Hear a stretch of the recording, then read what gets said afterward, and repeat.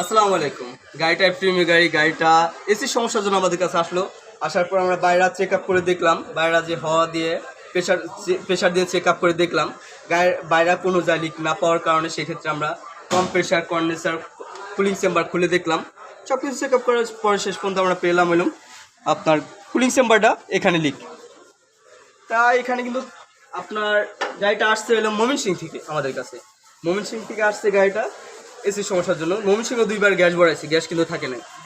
কারণ এসির সমস্যাটা বুঝেন, যদি কোথাও লিক থাকে সেক্ষেত্রে কিন্তু আপনার গ্যাসটা বের হবে, তাছাড়া কিন্তু বের হওয়ার কোনো স্কোপ নেই।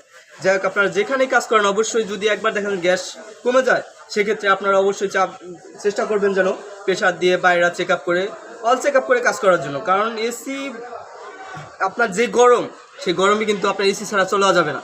আর যদি লিক থাকে সেক্ষেত্রে কিন্তু আপনার গ্যাস থাকবে না।